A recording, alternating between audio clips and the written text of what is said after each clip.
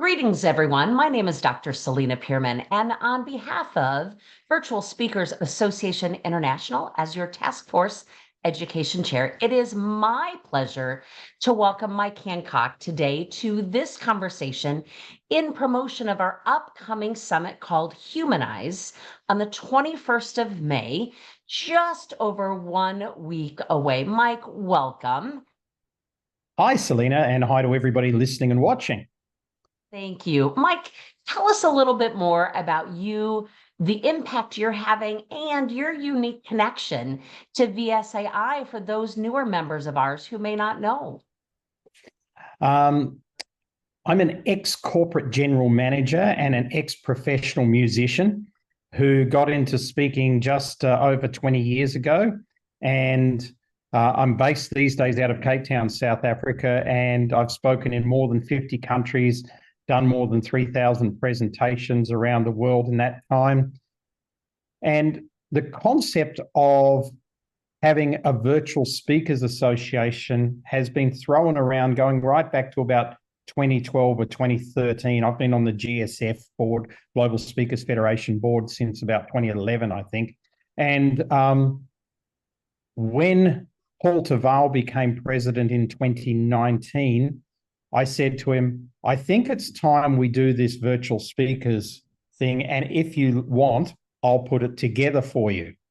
And he said that would be great because it had been something that had been thrown around, but nobody had sort of done anything about it.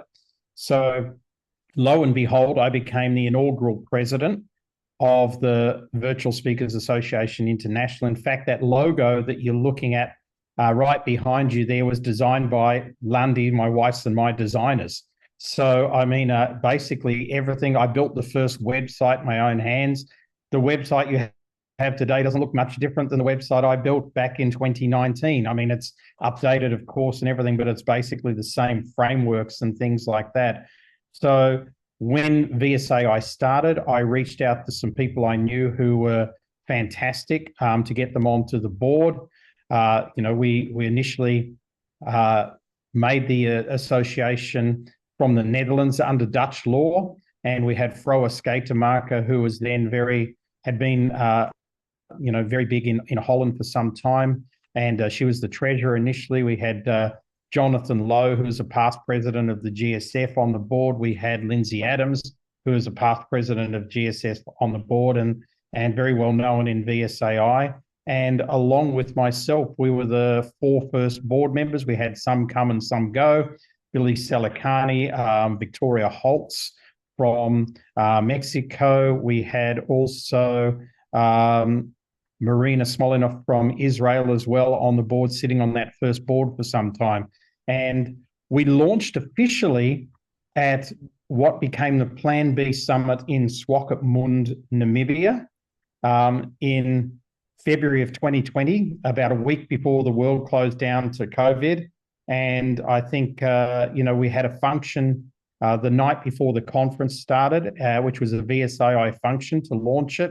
And I think we had about 80 people there. And during that evening, I invited people to become members of VSAI, and that got our first 40 or so members. And the rest is history, as they say. Is that those initial ideas that just have created this lasting impact of really joining, right, speakers from around the world in one more capacity. Certainly being members of their home associations is expected and encouraged, but when they may not have one, it's another place for them to land. But I found over the last few years, in addition to being a member of my home association, this global conversation has been so important. And your impact on that has been certainly longstanding. And now we get to see where it goes from here, especially for all you continue to offer through the Global Speakers Federation, as you mentioned, GSF, going forward as incoming president, and our kickoff speaker, right, for the upcoming summit. And while we do 2 of these a year, it's been an important way for us to help members connect with minimal barriers, right? To be able to join in and be part of a global conversation of how we elevate global speaking and professional speaking around the world. So we appreciate in and all the things you're doing, being available to us for that opening kickoff conversation. We've talked about the theme being humanize, where we really understand that in this global connected world, we connect as humans first. And while we have more tools these days to be able to leverage the technology piece of that, you have some advice for participants in the summit about bookability. Could you tell us a little bit about what they could expect to hear from you during your presentation at the summit? Well, I think it's going to be really simple things. I realize at the summit that we've got people at different levels, from people who are CSPs down to people who maybe just have joined the association, a couple of weeks before this summit, and this is their first thing. And I love this summit because when we started VSAI, I suggested to the board that we have summits regularly, and we're still having summits regularly. So it's fantastic all these 6 years later, or however long it is. So one of the things I'm going to be talking about in bookability is making sure that your positioning is right. And, unfortunately, it's not the person with the best talk that gets booked. It's not the person who has the most interesting information that gets booked. It's the person who's the most bookable, who's the safest bet for the audience that gets booked generally. And because of that, the positioning has to be correct. So if you look at your background and you look at my background just on Zoom right now, that's a good example of it.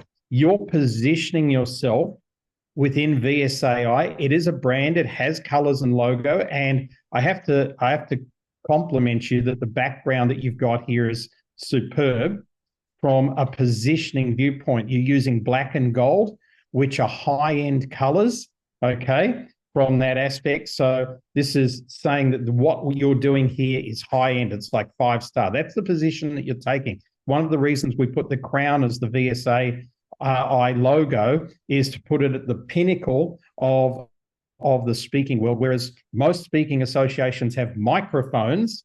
But let's face it, would you rather have a microphone or a crown? So that's positioning, whereas my positioning, just on my background slide, I have my logo. So you can learn a lot about me and who I am by my positioning. I have our core statement that we talk about all the time, which is about playing a bigger game. Have one of our websites up. We have a QR code, so if people want to engage with us, they can. And you'll see that I've got the world in there, so I'm positioning myself as global.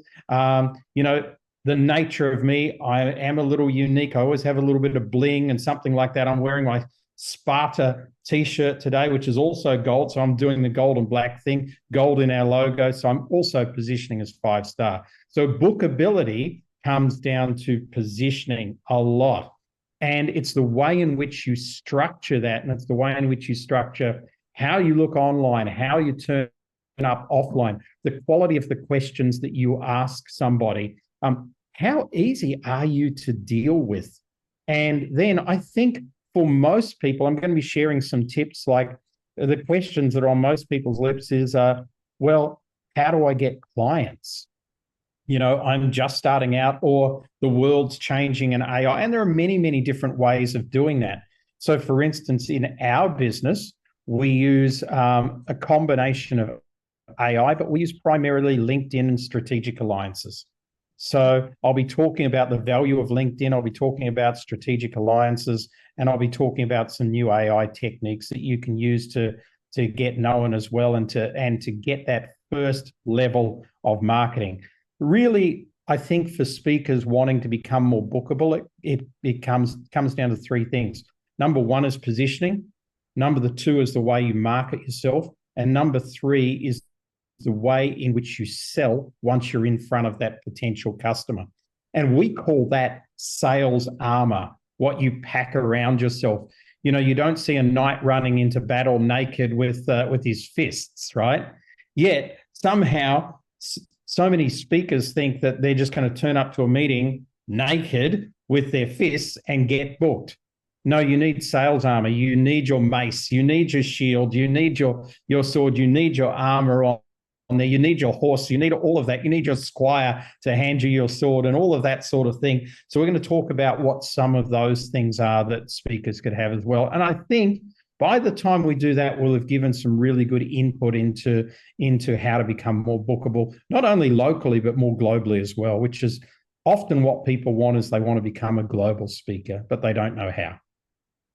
Super. Mike, I'm excited here for that. And I really appreciate you acknowledging, right? We've got speakers at all stages of their own career development. So I really, as education chair, we've really taken care to develop the summit for anywhere along the way. So those of us who've been around a little longer, right? There's something in it for them. And those just starting off, we want you to participate in this community, come with your ideas, soak up the knowledge, make some new connections. And for those of us who've been around longer, right? Come refresh and renew and be supported by this amazing group of voices. So Mike, thanks for taking some time with me today. I can't wait to get this out and share it with our members and anyone who might be checking out, like, do I want to attend this?